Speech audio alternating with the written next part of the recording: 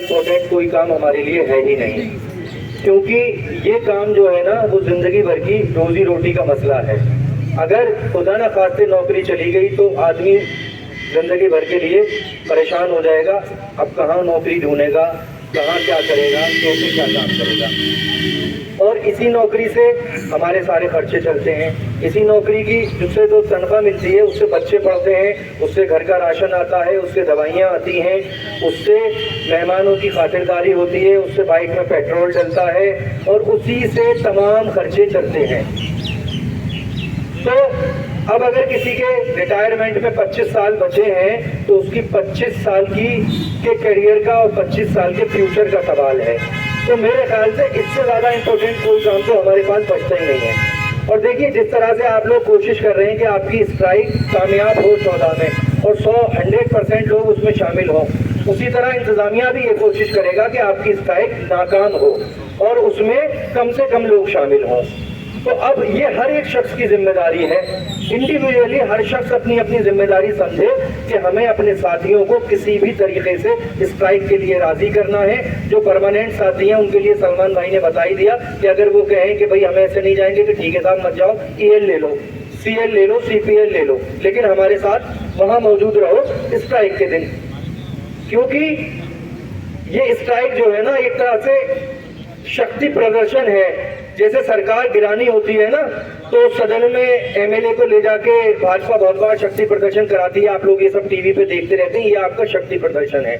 अगर इसमें आप कामयाब हो गए तो समझिए कि आपकी सरकार बन रही है, यानी आपकी नौकरी बच रही है। और अगर इसमें आप नाकाम हो गए तो सरकार गिर गई, यानी नौकरी गई। और एंटी पार्टी कभी नहीं चाहती कि दूसरे की सरकार बने, तो जो आपकी इंतजामिया है वो कभी नहीं चाहेगी कि आपकी स्ट्राइक कामयाब हो किसी भी हाल में। तो अब सोचना ये है कि बच्चों की पढ़ाई के लिए भी पैसे चाहिए, घर के खर्चे के लिए भी चाहिए, मेहमानों की खातिरदारी के लिए भी चाहिए, कार में और बाइक में पेट्रोल डलवाने के लिए पैसे चाहिए, और जो है कपड़े जूते तमाम खर्चों के लिए पैसे चाहिए। और वो खर्चे और वो पैसे हमें सिर्फ इसी तनख्वाह से मिलते हैं। वो सारे खर्चे हम इसी तनख्वाह से चलाते हैं, इसी नौकरी की तनख्वाह से, जिस नौकरी पर हमारी इंतजामिया ने तलवार लटका दी है। तो उस तलवार को हमें हटाना है हर हाल में इंशाअल्लाह ताला, और वो ऐसे ही हटेगी। देखिए, मैंने बताया था ना आप लोगों को अपनी ताकत का अंदाजा अब हुआ है आके, अब हुआ है। वरना नॉन टीचिंग का आदमी यही सोचता था हमेशा, अरे यार मैं क्या कर लूंगा, मुझे तो जो है ना वो फलाने और उसको जाके खुशामद कर लूँ, उससे दरामद कर लूँ, उससे वो कर लूँ, यही सोचता था। अपनी अहमियत कभी हमने समझी ही नहीं। अब अपनी अहमियत का एहसास हमने 9 तारीख में हुआ कि जब हम ड्यूटी पे नहीं गए तो कोई काम ही नहीं हुआ यूनिवर्सिटी में, सारे डिपार्टमेंट बंद। मैंने आपको बताया था, मैं पैथोलॉजी डिपार्टमेंट गया था, डिपार्टमेंट खुला हुआ था, लेकिन वहाँ एक डॉक्टर कह रही थी मरीज से कि आज टेक्निकल स्टाफ की स्ट्राइक है, इसलिए आपकी रिपोर्ट आज नहीं मिल पाएगी। पता नहीं वो उन्होंने रिपोर्ट की है और कहाँ रखी है, आप कल आइएगा, कल वो लोग मिलेंगे जब आपकी रिपोर्ट मिलेगी। यानी एक रिपोर्ट नहीं मिल पा रही थी आपकी एक दिन की स्ट्राइक में। तो 24 घंटे की स्ट्राइक में क्या होगा सोचिए। ये ताकत है हमारी। और पिछली बार तो हमने ट्यूबवेल ऑपरेटर्स को छोड़ दिया था, बिजली वालों को छोड़ दिया था, किचन वालों को छोड़ दिया था, डाइनिंग हॉल वालों को छोड़ दिया था, वाटर सप्लाई वालों को छोड़ दिया था, मेडिकल इमरजेंसी वालों को, OPD का पर्चा बनाने वालों को, प्लास्टर करने वालों को, तमाम लोगों को छोड़ दिया था ना। इस बार तो किसी को छोड़ा ही नहीं है, सब स्ट्राइक में शामिल है। अब आदमी आएगा सुबह, अगर पर्चा बनाने पहुंचेगा, पर्चा बनाने वाले ही मौजूद नहीं है। जब पर्चा ही नहीं बनेगा तो मरीज कहाँ से दिखाएंगे, OPD कैसे खुलेगी?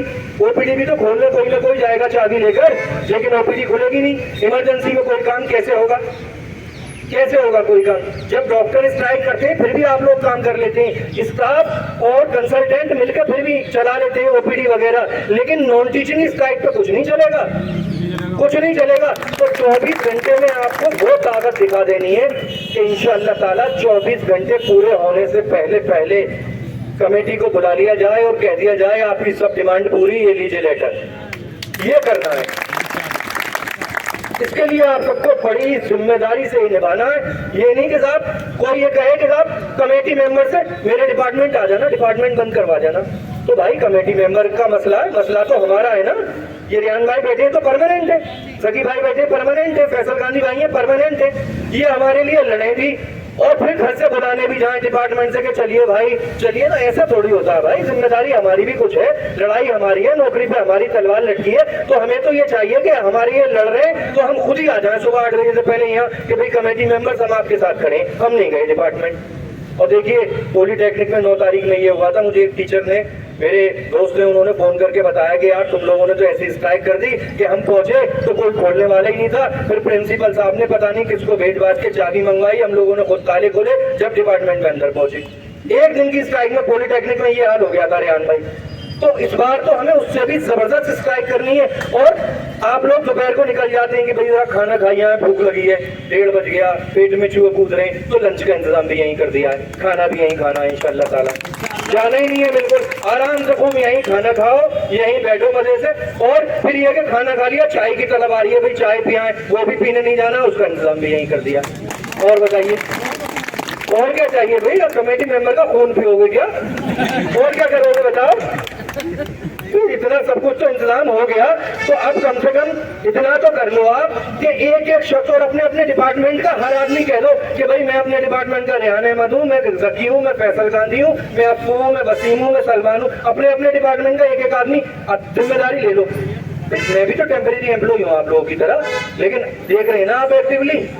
इसलिए कि मुझे अपने हक के लिए लड़ना है, मुझे अपनी नौकरी बचानी है, इसलिए मैं छुप छुप के रहूं, डर डर के रहूं, धरने पे ना आऊं, स्ट्राइक में शामिल ना हो और नौकरी चली जाए तो ये तो बुजदिली की मौत हो गई ना। उससे बेहतर है मरूं लेकिन लड़के मरूं। टीपू सुल्तान ने कहा था कि गीदड़ की 100 साल की जिंदगी से बेहतर है शेर की 1 दिन की जिंदगी। तो शेर की तरह लड़के मरो, और जो लड़ता है वही जीतता है, ये याद रखना। जो लड़ता है वही जीतता है, जो लड़ता नहीं है वो जिंदगी भर गुलामी ही करता है और उसे हमेशा डर सताए रहता है। लेकिन जो लड़के जीतता है उसके अंदर इतना कॉन्फिडेंस होता है कि सामने वाला उस पर हाथ डालने से पहले सोचता है कि यार ये तो जंगी आदमी है, जंग शुरू कर देगा मेरे खिलाफ फिर से। और आप तो कहते हैं ना कि इनको कहा जाता है कि साहब बंदर सेना है, वो बंदर सेना है, तो आप शहद की मक्खियों का छत्ता हो। एक साथ इकट्ठे हो जाओगे 12 पहिए तक सड़क भर जाएगी, 6000 के गरीब एम्प्लॉई है। तो मेरे अजीजों, अपनी अपनी जिम्मेदारी मेरे ख्याल से आप लोग समझ गए होंगे।